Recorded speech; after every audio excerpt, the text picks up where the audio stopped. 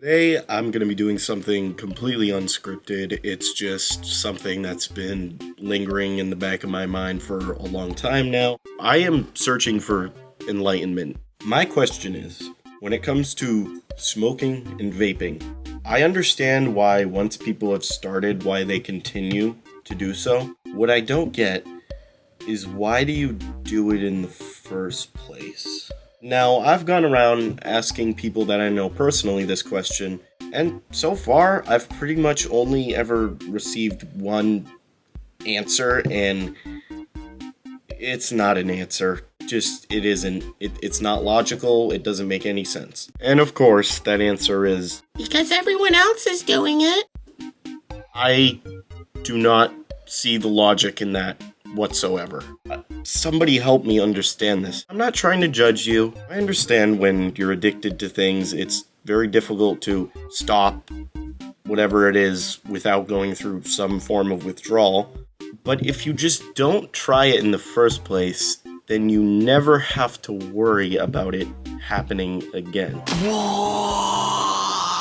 In first world countries, everyone knows the dangers involved. Everyone knows what can happen, and everyone knows that all you're doing is just giving yourself another dependency, another inconvenience in life. Life already has enough inconveniences as it is. Why would you want to just add another one?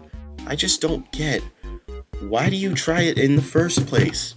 I don't want to say 100, but probably like 90-ish% of people who smoke or vape say that they regret it, but they have a hard time stopping, so they continue. And if this is one of you, I'm not trying to criticize you. I just want to know the logic. It doesn't make you cool. It doesn't have any health benefits. When it comes to the argument, because everyone else is doing it, I have a follow-up question which could have three potential answers. Are we talking about you are in a group that's already doing it and you just begin doing it too because you want to fit in? Are we talking about people blatantly asking you? Or are we talking about people blatantly telling you you should? Because if that's the case, you, my friend, have some very bad standards of friends. And you also shouldn't hang around with the people who vape. Lastly, are we talking about people not only telling you should, but flat out making you or pressuring you or really just pushing in any way? Because if that's the case, I wouldn't even say they're a bad friend. They're just not any type of friend. So that first possibility is the most plausible one, that people are just doing it and you just kind of get involved because you just feel like you need to fit in, even though they're not forcing you to or asking you to or anything like that.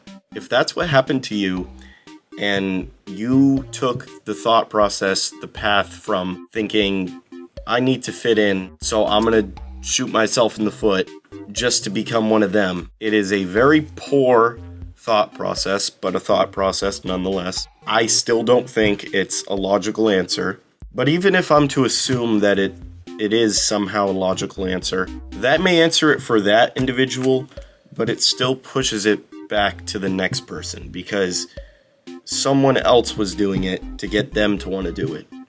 So now the question's for them. And if they answer the same thing, it gets pushed back to whoever got them to start doing it, and etc., etc. Who was the first nincompoop? Now, I know back in like the 60s or 70s or something, smoking cigarettes they found out that it's bad for your health. Nobody knew really before then. And once people found out, a lot of people stopped. Some people didn't care and kept going. But in 2025, we know how bad things are for you. I understand why people would continue to do it once they've already tried, because of course it's difficult to break addictions. I'm not saying you shouldn't try to quit. I'm just saying I understand the difficulty involved. But it's so easy to just not do it in the first place. There you go. You're good. And if you did do it in the first place, I highly doubt someone physically forced you. Like they put a vape in your mouth and made you breathe in. Like I just, maybe it's happened. I've never heard of it. In any other case though, you have no excuse. You did something to give yourself a dependency.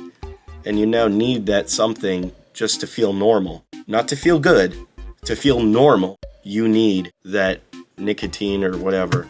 If anyone can answer this question, preferably from the point of view of someone who is in this situation, I would be very happy. I think I would be so happy that I would become addicted to asking questions. I'd become a questionaholic.